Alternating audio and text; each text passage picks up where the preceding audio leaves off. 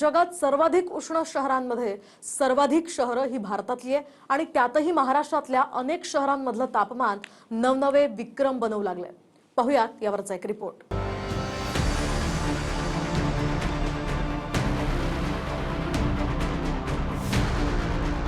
पर्यावरण बदल आणि बेसुमार वृक्षतोडीचे अखेर परिणाम दिसायला सुरुवात झाली आहे।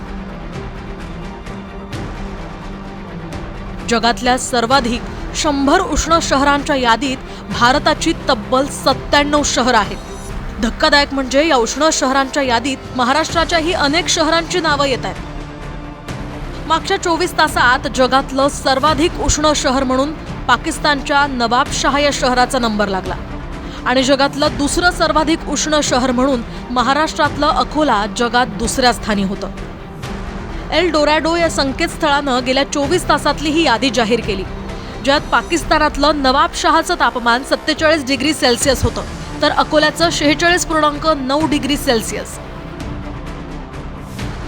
तापमानात जगामध्ये सर्वाधिक शहरं भारताची आहेतच, मात्र त्या 10 शहरांमध्ये 6 शहरं महाराष्ट्रातली आहेत, ज्यात अकोला, वर्धा, यवतमाळ, नागपूर, नंदुरबार आणि चंद्रपूर या शहरांचा नंबर लागतो। कुठे उन्हानं तापलेल्या रस्त्यांवर आमलेट होतंय, तर कुठे देशातल्या अनेक हॉटेल्स आणि रेल्वे स्टेशन्सवर उन्हापासून बचावासाठी पाण्याचे फवारे सोडले जात आहेत।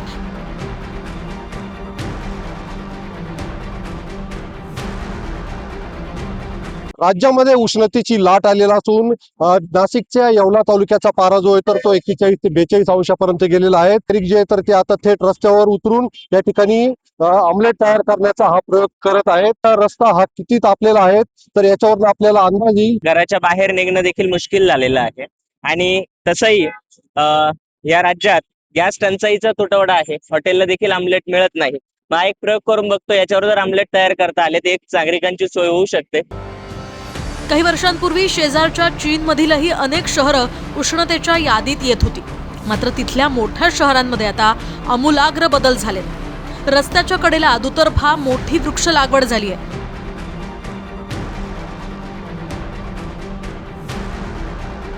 उन्हात झाडं जळू नयेत म्हणून पाण्याच्या मोठ्या बॅग्स लावल्या जात आहेत।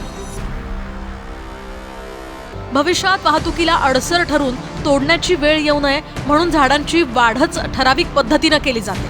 मात्र दुसरीकडे भारतामध्ये काही महिन्यांसाठीचे कार्यक्रम आणि रस्ते अपघात होतात म्हणून नाशकात झाडांची कत्तल झाली, तर इतर अनेक शहरात सुरू असलेल्या कत्तलींविरोधात आंदोलन होत आहेत। देखो भाई क्या जबरदस्त तरीके से मतलब साइड में बल्ली लगा के पेड़ को प्रोटेक्ट किया गया है और साथ में तार भी बांधी हुई है ताकि तेज हवा चलने से या कुछ भी इस तरह कोई होने से पेड़ का नुकसान ना हो। और अगर आप बात करें हरियाली की तो यहाँ पर आप देखें, आपको हर जगह यहाँ पे ऊंचे ऊंचे दरख्त देखेंगे। साइड में आपको यहाँ पर जो है बेल दिखेगी और इस तरफ आपको छोटे छोटे पौधे देखेंगे। हे बघा तुम्हाला दाखवतो, केवढी मोठी मोठी झाडं होती सावली देणारी। ऐन उन्हाळ्यामध्ये ही झाडं अशी कापलेली आहेत, बोडकी केलेली आहेत। ही दुकानं दिसली पाहिजेत। रात्रीचं येऊन महानगरपालिकेने झाडं तोडलेली आहेत, कारण दिवसाचं पालिका आली असती तर पालिकेला नागरिकांनी विरोध केला असता। दिल्लीत हवा प्रदूषणामुळे शाळा कॉलेजेस बंद करण्याची वेळ आली होती। आता महाराष्ट्रातल्या नागपुरात उन्हामुळे प्राथमिक माध्यमिक शाळा, अंगणवाड्या आणि ट्युशन क्लासेसच्या वेळेतही बदल केला गेलाय। Bureau report, TV9 Marathi.